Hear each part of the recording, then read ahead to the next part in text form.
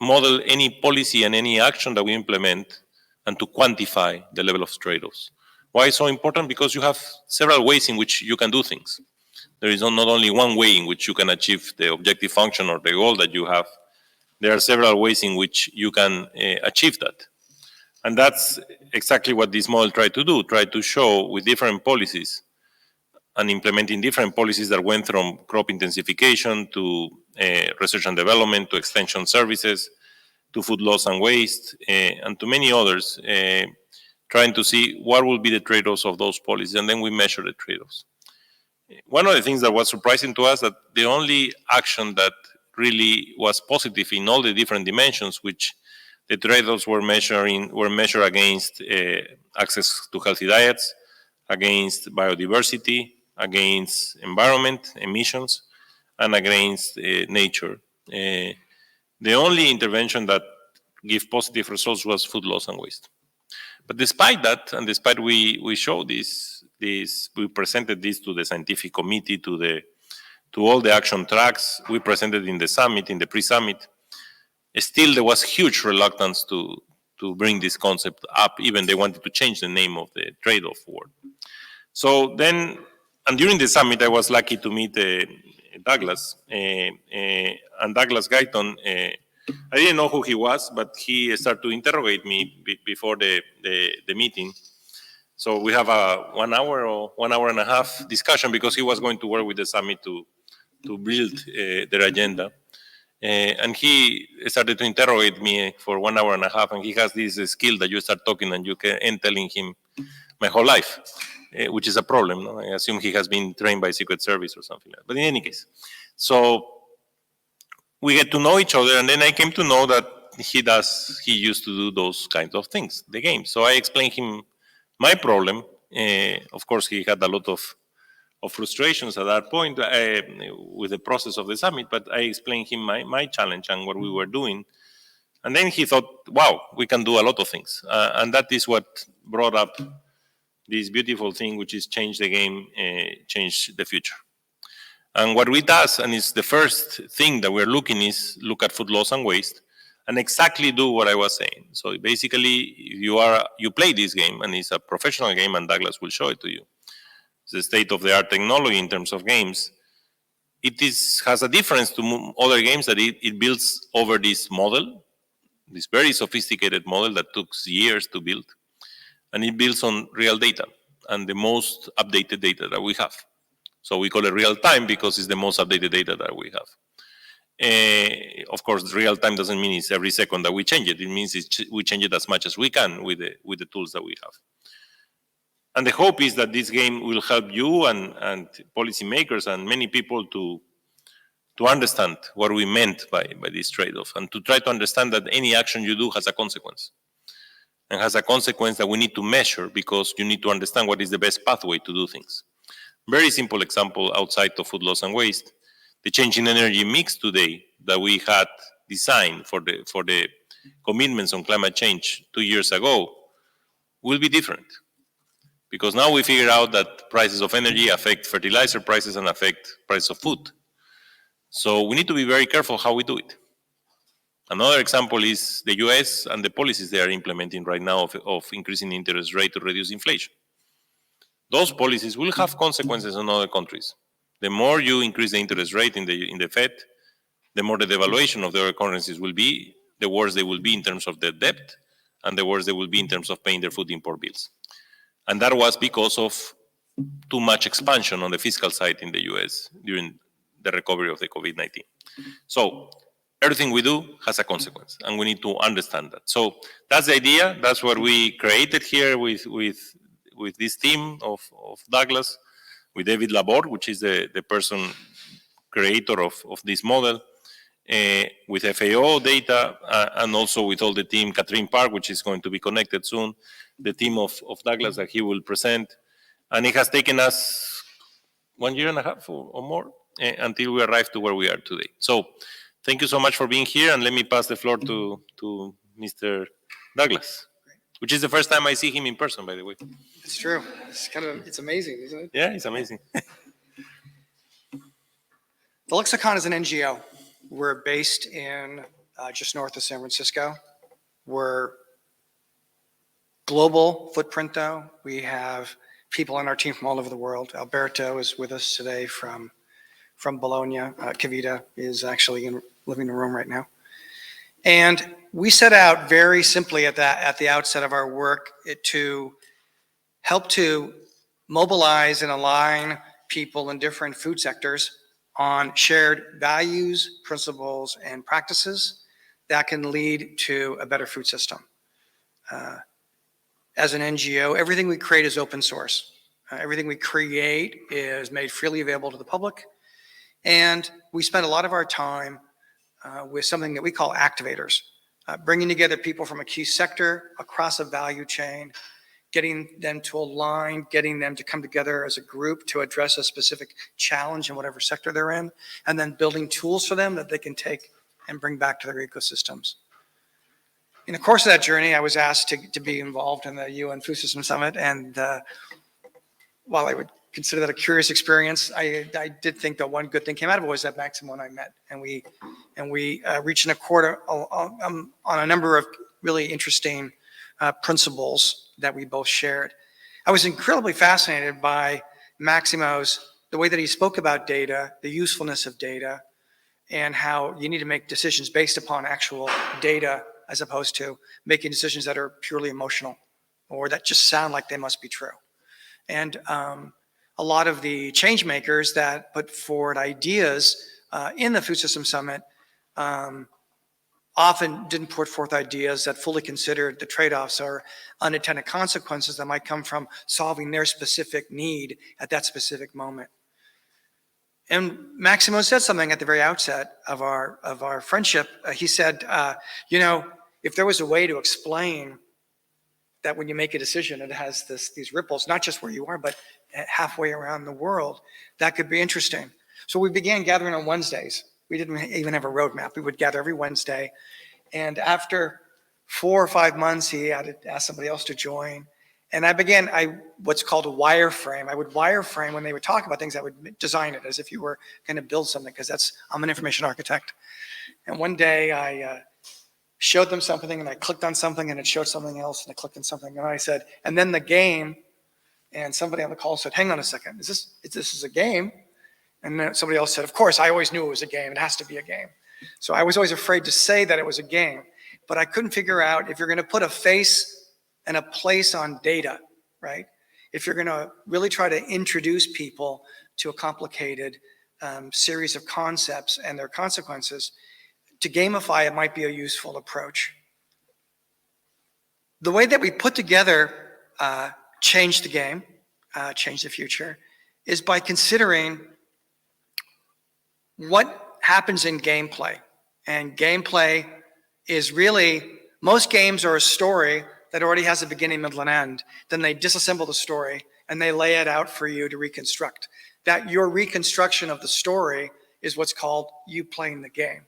So this lays out a very explicit story that takes data from, as Maximo mentioned, over 190 countries and shows how you can, on a region by region basis, make a series of decisions.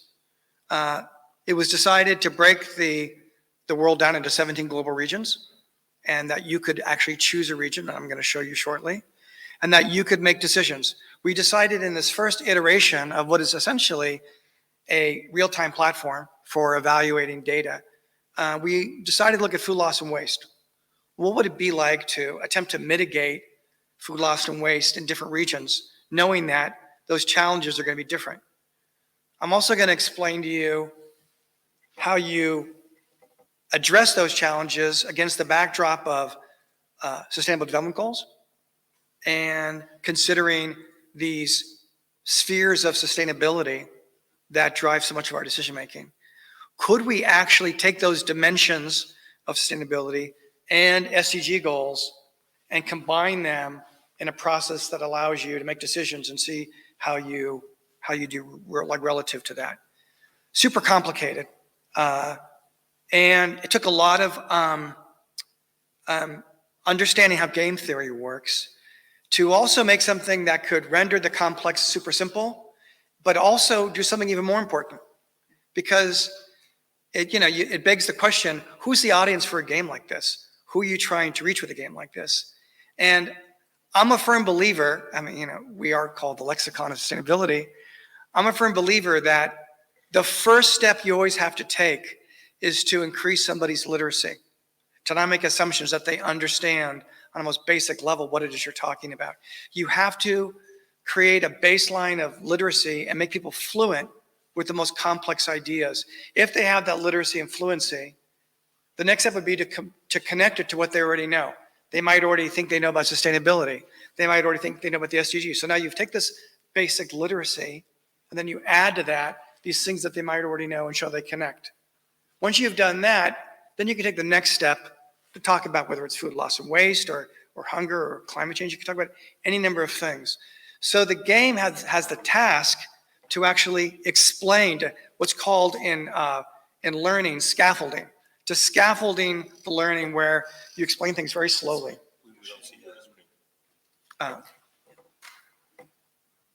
You want to go like that? Yeah. And then like that?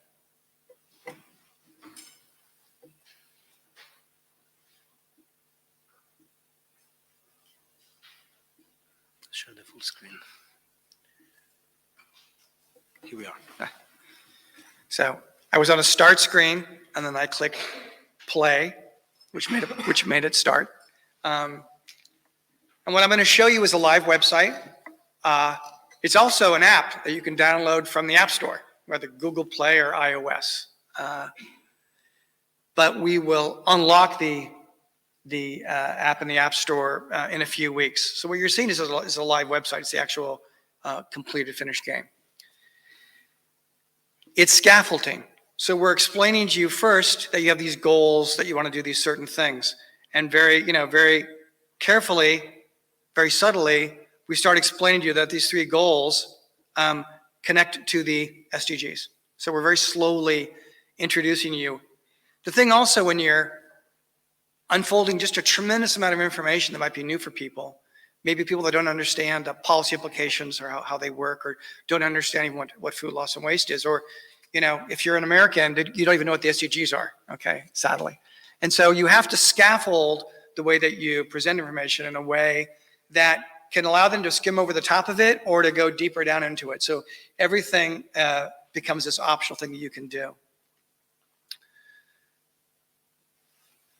Before it begins, it has to give you a roadmap so that you know what your journey is going to be. You're going to choose a region, and then you're going to get guides, and then you're going to go through this journey. But I'm going to jump right into the game right now. It was decided, as I said earlier, to not do this based upon individual nations, but to break it down by regions. And one of the ways that the UN does that is these 17 global regions. And so we, working with David Laborde, who I think is joining us shortly, and data modelers, we took nation-level data and then aggregated it according to those 17 regions. And then through a process that's been over a year, worked to explain how we would be able to express that in terms of an individual nation. You're going to see zeros as placeholders because until we launch, we're not going to use the live data on the site.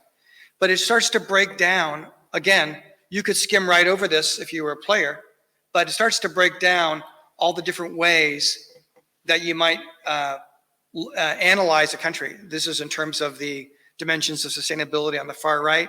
There's rankings of how you rank in terms of your goals here, your country versus other countries. And let's say I decide to choose West Africa. The game's going to give me a tour. If you've ever downloaded an app, it wants to explain to you every step. I'll skip that tour. But right away, I am presented with a series of decisions that I can make, which the tour would have explained to me, but I'll just explain it to you right now. Policy decisions can be broken down in three areas, very simply. Institutional decisions, infrastructure decisions, and behavior policy decisions. And you have a budget, like everyone does. And you might say, well, it's pretty obvious in sub-Saharan Africa, I'm going to focus on cold storage. But if you only focused on improving cold storage to mitigate food loss and waste, you'd be missing a whole other set of things that you have to deal with. So you got to manage a budget. And there's also institutional decisions you can make, whether you want to create carbon taxes or dedicate energy to trade facilitation or as Maximo alluded to earlier, chemical regulations. These are all decisions you have to make. To make those decisions, you can seek advice from ministers. And these are chosen that are specific to, contextually relevant to, each of these different global regions. So each of them might present to you sometimes even contradictory information. Because it might be that a trade minister might advocate that you do something where a health minister would be like, that's just crazy. Let's just focus. Let's keep our eye on the ball. So a lot of times you'll get conflicting information that you're going to have to decide which one you want to do with this limited budget and resources that you have. So I will make a series of decisions. I'll say, well, West Africa would probably benefit from some roads for sure. And I'm definitely going to go in on cold storage. And I might also work to spread some of my budget based upon, as I've sought guidance and counsel from experts. Along the way, I could also look at my sustainability preferences. Those sustainability preferences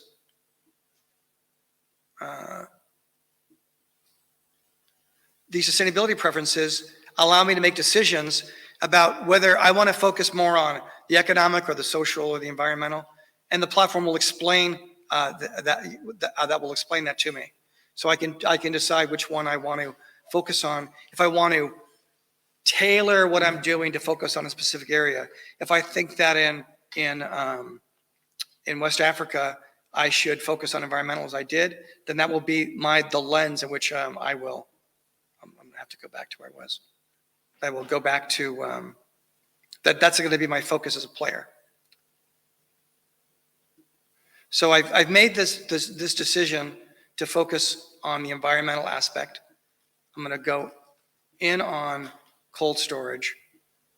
I'm going to focus on some packaging, and I'm going to focus on farms and practices. I've now created a budget. I can look at this budget from the standpoint of the sustainability implications that I'm trying to address, the SDGs, or specifically to mitigate food loss and waste in this country, in this region. And what it does is it builds a real-time model that walks you through the steps of production, from production to processing, to the market, to where it's actually consumed. And then it shows you how that entire life of a food product is impacted by your decisions. And you can choose each of these to drill down to understand the impacts of decisions that you've made all along that value chain. And again, it shows you, based upon the decisions you made, you can have a chance to, now that you've been given a snapshot of what the impacts are, you might decide, you know what, yeah, this is not really going in the direction I want. So you can actually adjust all these levers here one more time before you actually view the results as a dashboard. And I'll skip the tour. But basically, it tells you right away whether you hit your targets or not. Turns out I needed to build more roads, the game is telling me. I can also go beneath the surface, and I can look at it from these levers, these economic, social, environmental levers, to see how I've positively or negatively impacted food loss and waste in my region. I can also get a sustainability score. And in the same way, it'll also allow me to get very, very granular about how I've addressed everything from food security to jobs, all based upon these decisions that I've made. And because I was environmentally focused, that impacted the results of a lot of these areas here. Lastly, and perhaps most importantly, is that you can also take a worldview of what you've done. You can see the long tail of the decisions that you've made. And you can see how the decisions that you made in one region affected the rest of the world. By creating a game that allows people who don't know how policy making works, don't know even the types or the range of interventions that you can make, by showing people that these interventions also connect to reaching sustainable development goals, to a region or a country's interest in terms of sustainability. You can give people a much richer and deeper understanding of how hard it is to address these complexities and how hard it is, even when you're solely intent on solving a problem in one region, how you can unintentionally create problems elsewhere. And so the platform for us really was a first step to understand how you would visually present the complexity of addressing food loss and waste, of using policy decisions across institutional infrastructure and behavior decisions to reach those targets, and how this impacts SDGs. For us, this was really a first attempt to show how you could visualize that and how you could make decisions and see results. It's our first step in the water. It's our first toe in the water. And what we're really excited with is the next phase, to see how it's received by people, its usefulness, where it falls short. And even though we've endeavored so strenuously over the last year to figure out a way to make it the most simple explanation of something that's complex, I still believe there'll be things that might be over people's heads, that might seem hard for them to understand, and we're going to learn from that. But we think that moving forward, as I said at the very outset, this is a way to put a face and a place on data, right? This is a way to go out of a spreadsheet, of which this is all based on spreadsheets, right? To leave a spreadsheet and to place things in a physical context where you can see how it impacts people. I mean, I can imagine future iterations of this platform showing real people, actually having photographs and video, so you get really granular to show its real impacts on people. And but again, for us, this is as a starting point, is to finally get out what we've been thinking about and see where it hits with people, where it resonates, and where we could certainly improve based upon the feedback that we will start to get, I think, today. We're going to show it this is the very first time that he and I have ever showed it. So it's an interesting experience for us. Also, the first time we've met in person. And so, but I really enjoyed the process of it and the challenge of it. When we first took it on, I thought it was really daunting to figure out how you could explain so many seemingly disparate things all in one place and make it hopefully playful and engaging. And yeah, so that's our journey that we've been on. And thanks for letting us go on it with you. It was a pleasure. And it was a very challenging journey because it's a very, very complex topic, to be honest. And the idea that we have today and tomorrow, if I'm correct, Ed, so we have developed a lab which will be in the second floor of the library of FAO, where if you are interested, you can go to play the game. And then at the end of the session, there will be a brainstorming to see what you think about the game and where you see issues that doesn't make you happy. So you're all invited to it. Now, as Douglas was saying, what we're trying to do here is to test this concept and move it forward. And now I have David online. So Alberto, you need to invite David. And it's a concept that will allow us to see if we expand, no? Food loss and waste is one of the elements. It's a beautiful element because it covers all the agri-food system, but there is many other elements like product intensification, agroecology, use of chemical fertilizers versus agroecology. So many topics that are so contentious today, and with so much misinformation around, which we hope this will help in a nice way to bring up. So I really hope that my members will be playing the game in the meetings that we have with them. So already some of them have shown significant interest. And I would just say quickly, people that build things, people often think that when you play something that they've made, that they want a compliment. And ironically, it's the opposite. What they really want to know is all the reasons why it sucks. And so that's an interesting concept to understand, right? When you show something, you don't really want to compliment. What you want to know is all the things where it doesn't hit, right? You want to know the things where it's not quite clear, where it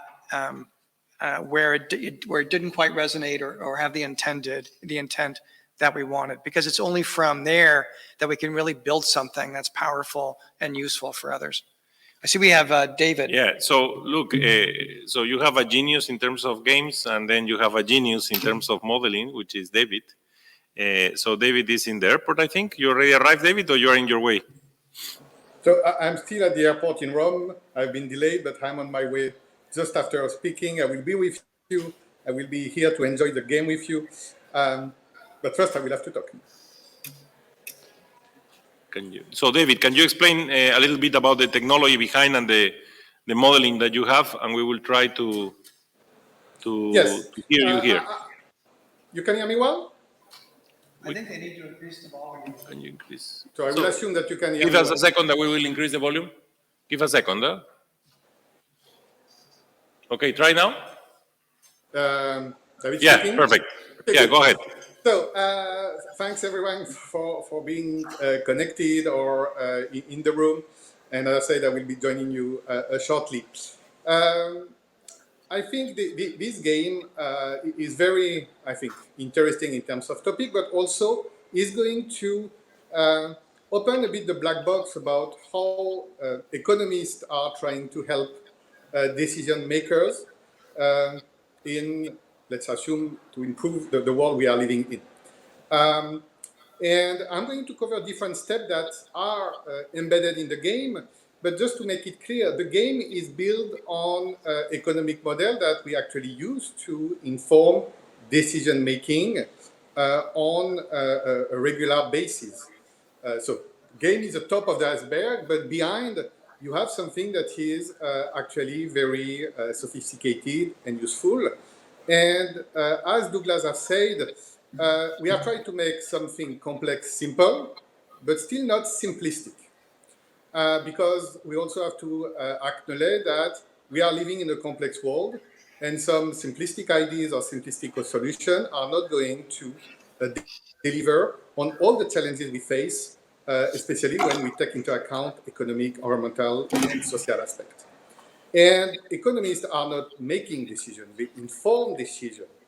And that's what the game is going to do, meaning that you, the player, will still make the decision, you will have some advice, and you will see some outcome about how the world will deliver on your decision. But at the end, you make the choice about what matters for you, what type of policy you want to implement, and that's the journey you will embark with this game. So the first step that we do is actually data and measurement. Because yes, economists are also scientists, and the first thing you need is to measure the phenomenon you want to talk about. But here we are talking about many phenomena. So it's not just about the economic size of the country, the population, the CO2 footprint of various activities. So producing 1 liter of milk in Ethiopia and producing 1 liter of milk in Switzerland have different CO2 footprint. And actually, it's more efficient from the CO2 point of view to do it in Switzerland than Ethiopia. So the world has a lot, of kind of counterintuitive elements. And in many cases, the devil is in the details. When you play the game, you don't need to know all the details, but the games know it. And so we are bringing together information. So on economic account, we are bringing information on poverty, on environmental indicators, some that actually are displayed in the game, and others like water that are not explicitly in the game, but they are part of the story. And we don't only use, what we call macroeconomic statistics, like the level of income of a country or the level of investment or investment in agriculture, but also microeconomic data on household. Because when we talk about livelihood, when we talk about food security, we are talking about people. And a national statistic doesn't tell you a lot about people. And so if you are a smallholder producing cocoa or a smallholder producing maize, you are facing a different reality.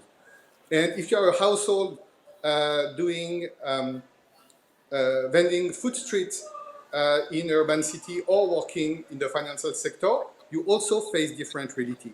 And this diversity is critical to understand why when you make basically any decision in the world, you are going to please some people, you are going to upset some people, but at the end also what matters is how you deal with the most vulnerable people in your population. And this is why in the game you will have a story about poverty.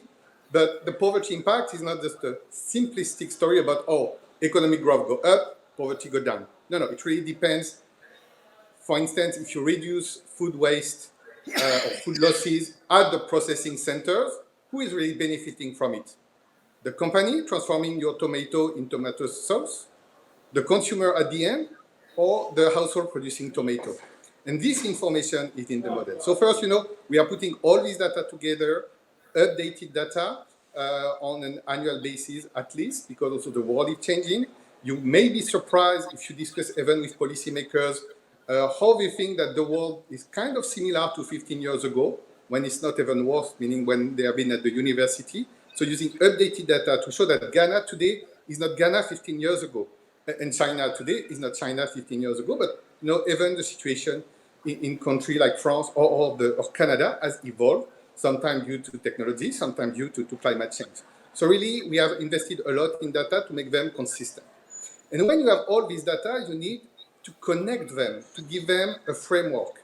And as economists, we represent this with equation. Some are very, natural, meaning that if you receive a level of income, you are going to spend it on your different good of consumption, or you are going to save it. But basically, you spend or you save the money you have. So really, it's a kind of simplistic story here. It's accounting equation. And that's true for household, that's true for companies, that's true for countries and the fiscal budget. But then you have also what we call behavioral equation that say, oh, if price goes up, by how much I'm going to consume less rice, for instance. And of course, you have taste and you have cultural preferences about that. Depending at which level of income, also, these choices are going to be more or less important. So basically, actually, when you are very rich, the price of food or the price of pasta is not going really to impact your level of consumption. You are going to say, okay, too bad, life is more expensive, but I still going to get my 3, potentially worse, meals a day. When you are very poor, you don't have this option anymore. So even if the price of rice go up, but you are going to have to eat less rice. And so we capture this with what we call this behavioral equation. So when you take into account all the different actors in the world, governments, companies, households, in different places of the world, all interacting, either through trade, through remittances, through a macroeconomic mechanism like exchange rates, you start to get a system where you have several 100,000 of equations, if not millions, depending how we count them. And that's what the model we are building about is really this framing, how we connect data together to make a realistic story, taking into account the two main important things that we have to keep in mind when we deal with decision making is, on one hand, people face constraints. And basically, if, as I've said, when you are a household, you earn some wages, you are going to decide what you do with them. Countries have the same type of issue. So it's not like we can do whatever we want. We also have some environmental constraints, and some of these environmental constraints are also going to lead to some of the trade-off discussion we have. If you want to produce more, and you don't want to, for example, have a more intensification, you are going to use more land. And if this land start to cut some trees, you are going to have a loss of biodiversity or carbon and so on. And so then in the game, for instance, you will have a decision about what I should do with chemicals. Because actually chemicals is a good way to reduce food waste and loss. You are going to have food that will survive many contamination by fungi, from bacteria, and in some case that can stay on the shelf of a grocery during 3 weeks. and your tomato will still look good. So not a lot of food waste and loss, but using a lot of chemicals can have impact on the health of your population, or even the perception they have about the food they eat. And that's the other aspect that is captured. This idea, on one hand, we have constraints, and we have some trade-off that we have to actually acknowledge. We should not close our eyes, because in some case we can just find other policy instruments to compensate. And in the game, basically, you have this option to balance a portfolio of policy to find the right balance, because there's not just one silver bullet to solve all the problems.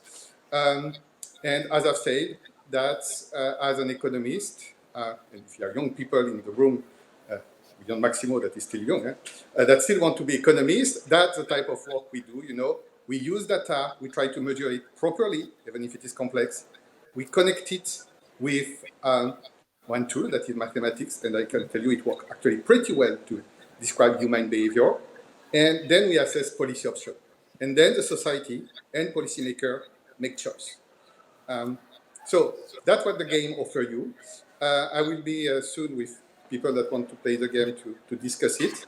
And once again, that's just potentially one first step. And maybe just to conclude, I really think that the audience of the game can range from, experienced policymakers that want to brainstorm on their own, up to people that say, oh, what it look like to contribute to decision making. Thank you. Thank you very much, David. Now you were in the correct position vertically. Catherine Park, I think, is connected. She's watching, but I think you can invite her in. Yeah. So we are going to invite her in. So she helped us with all the complexity of the text and the definitions and everything that we need to put, because we wanted to be as scientific as possible. So we are going to try to invite Catherine. There's also a complex aspect of it is Yeah. the language part, especially as a next step would be language localization. UN6 would be the next step when you have something that's so graphically intense, and then you look at language localization, you have to redesign everything. So that will be the next hurdle that we will address. I mentioned earlier, while we're waiting for Catherine to load, that the game will be available for tablets, iOS, and in the Google Play stores shortly. Obviously, it's free, and both or you can play it off of the website. In each of those platforms, you'll have the opportunity to also provide feedback and to share areas where the game hit the mark and where it was left wanting and needed improvement. So, Catherine, I think you're on, and we're going to pass it over to you. And Catherine's with us from Seoul, South Korea. Hi, Catherine. Hello. I'm not sure what I could say that hasn't already been said, except that all of us worked very hard on this. We spent a lot of time and effort, and I hope you'll enjoy the game and that it'll provide you with some understanding or knowledge of the importance of trade-off, when you're making important policy decisions, and why it's so important to reduce food loss and food waste. No, thank you so much, Catherine, and thank you for all your help. So most of this was volunteer work, so people that were interested in the work and trying to do, and we abuse the work of Douglas and David. So, Douglas, how you want to proceed? Because one option is we can walk to the lab. I don't know, Ed, how are you planning to do the next part? But yeah, we can come down. I would just warn there's a weight limit of how many people can go up there at a time. Plus, don't worry, I won't go up. Don't worry. But plus 8 computers. So we were planning to do a session. I know right now after this, there's a few people who've signed up, and our young scientist group is doing it tomorrow morning. But maybe we can find a couple of other times depending on how many people are interested. So yep. I guess if you're interested, maybe come back there to Douglas and Maximo, and we'll figure it out. Okay, great. Yeah, I think you have a number of different opportunities to look at the game and to share your insights and observations. on the game. And then, of course, in a few weeks, the game will be released, and you'll just be able to go see it on the site or just download it to play as well. So there's multiple options there. But for those who do come, use this time, as Douglas said, to criticize and make improvements Oh, yeah. and poke holes. I mean, those are always the most rewarding things, where people tell you something doesn't work, because you start to understand that you made a lot of assumptions along the way, and they were some of them were wrong. And so, you don't want to leave those there. You want to get them out as soon as possible. So we're certainly interested in where there's people don't understand it, because it's a lot of information that we're trying to put in front of people in a very, very quick, fast amount of time. I don't know if anybody has any questions or any thoughts that they would want to share before we bring this to a close. I don't know if that's okay with you. If you have any question, more than happy to answer. And also, you can also speak to us individually afterwards as well. So the URL is canyouchangethefuture.org, which sounds to me like it could be a good T-shirt that you should buy off that website, and maybe a coffee mug. So canyouchangethefuture.org is the URL, and you can go check it now. It's live now. You just can't play the game. It will ask you a password, so you won't be able to play it yet. So should I say the password? No. If you want to go, the idea is to. So right now you have people there in the second floor. There's going to be a few that have signed up for right now, so we can take several more. So if But let's seven see of how you many- want to go there, we need to go to the library, FAO library, so you can work with us while you take advantage of Douglas here and talk with him. And then we can start playing, and then we will just do a little brainstorm after the game. How much time it will take to play the game? More or less? 5 minutes. 5 minutes. So it's very short time. Hi, Katrine. Hi. Hi. Okay. Okay, great. So let's do that. Douglas, is okay with you? sure, Okay, sure, great. let's walk there and thank you.